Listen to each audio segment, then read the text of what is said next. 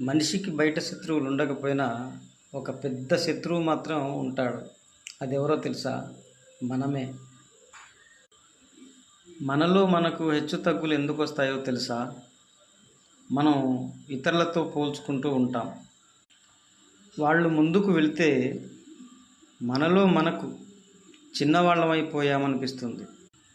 కానీ నిజమేమిటంటే ప్రతి మనిషికి ఒక ప్రత్యేకమైన శక్తి ఉంది. మామిడి చెట్టు మామిడికాయ ఇవ్వాలి, కొబ్బరి చెట్టు కొబ్బరికాయ ఇవ్వాలి. కానీ ఈ రెండు ఒకటి కావు. కానీ ఈ రెండు మూల్యమైనవే. మనలో కూడా మనకు ఉన్న ప్రతిభను గుర్తిస్తే హెచ్చుతగ్గులు అనే భావన మాయమవుతుంది.